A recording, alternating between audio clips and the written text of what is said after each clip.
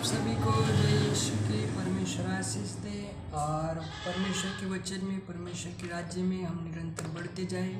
प्रभु की महिमा करें। परमेश्वर का राज्य निकट है, हमको विश्वास में निरंतर बढ़ते रहना है, प्रभु की महिमा होने पाए।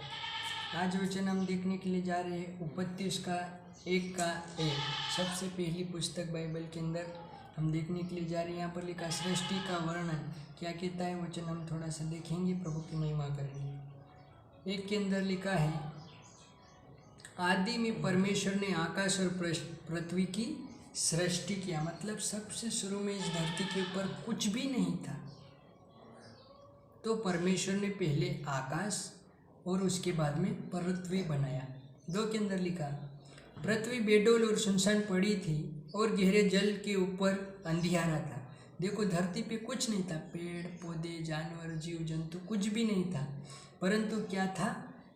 जल था। पूरी पृथ्वी पर पानी था और पानी के ऊपर अंधेरा था, मतलब उजियाला भी नहीं था, क्योंकि कुछ था ही नहीं, परंतु परमेश्वर अब धीरे धीरे बना रहा है। और 3 के अंदर लिखा, जब परमेश्वर ने कहा उजियाला हो तो उजियाला हो गया। किसने? परमेश्वर ने बोला। किसने बोला? परमेश्वर ने। परमेश्वर ने बोला कि उजियाला हो तो उजियाला हो गया, और उजियाला हो गया। और आगे लिखा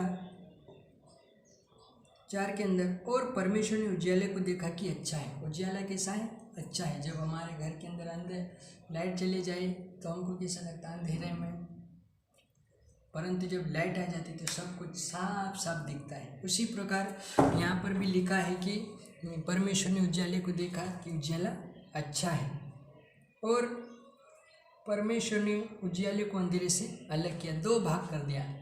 दिन और रात परमेश्वर ने ठहरा दिया, या उजियाला और अंधेरा परमेश्वर ने ठहरा दिया। और परमेश्वर ने उजियाले को दिन और अंधेरे को रात कहा। परमेश्वर ने ठहरा दिया और परमेश्वर की महिमा हो। और तब सांझ हुई, भोर हुआ और पहला दिन हो गया। जब परमेश्वर ने अलग कर दिया तो इनकी सीमाएं बन गई, रात दिन होना शुरू हो चुके। और लिखा है 6 के अंदर, परमेश्वर ने कहा जल के बीच ऐसा अंतर हो कि जल 2 भाग हो जाए। मतलब परमेश्वर ने इस पृथ्वी के ऊपर फिर जल को अलग कर दिया और सूखा भाग परमेश्वर ने पृथ्वी के ऊपर निकाला। और लिखा 7 के अंदर, तब परमेश्वर ने एक अंतर बनाकर उसके नीचे के जल और ऊपर के जल को अलग किया, और वैसा ही हो गया। परमेश्वर ने आकाश के अंदर भी, बादलों के अंदर पानी किया, और पृथ्वी पर भी पानी को परमेश्वर ने अलग किया, और वैसा ही हो गया। परमेश्वर के बोलने के द्वारा हुआ। और परमेश्वर ने 8 के अंदर उस अंतर को आकाश और सांझ हुई, आकाश कहा और सांझ हुई, भोर हुआ और दूसरा दिन हो गया। परमेश्वर अद्भुत काम किया, प्रभु ने पृथ्वी को बनाया। आगे जब हम वचन को देखते हैं, अलग अलग प्रकार से परमेश्वर ने पेड़ पौधों जीव जंतुओं को और छोटे बड़े प्राणियों को सब कुछ बनाया।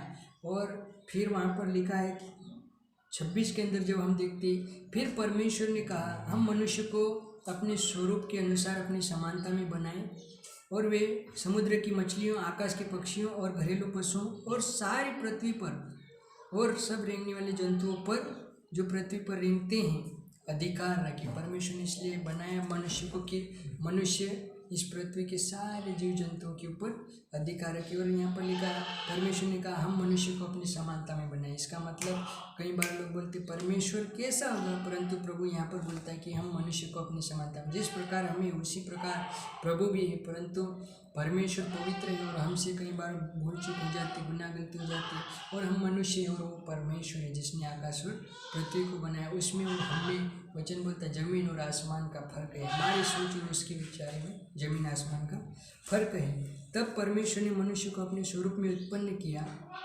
और अपने ही स्वरूप के अनुसार परमेश्वर ने उसको उत्पन्न किया,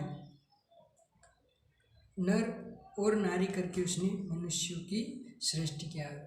नर और नारी करके प्रभु ने मनुष्य को भी बनाया। तो हमको प्रभु ने बनाया और हमको प्रभु की महिमा करना है। और 28 के अंदर लिखा, और परमेश्वर ने उनको आशीष दी और कहा फूलो फलो पृथ्वी में भर जाओ और उसको अपने वश में कर लो, और समुद्र की मछलियों, आकाश के पक्षियों और पृथ्वी के रेंगने वाले सब जंतुओं पर तुम अधिकार रखना। हालेलुया।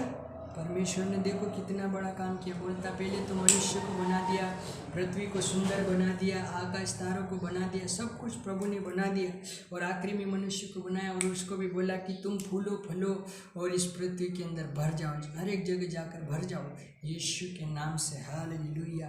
और प्रभु ने कहा कि तुम फूलो फलो, इसका मतलब परमेश्वर ने हमको आशीष दिया है और उस आशीष को हमको छोड़ना नहीं है। परमेश्वर आप सभी को आशीष दे।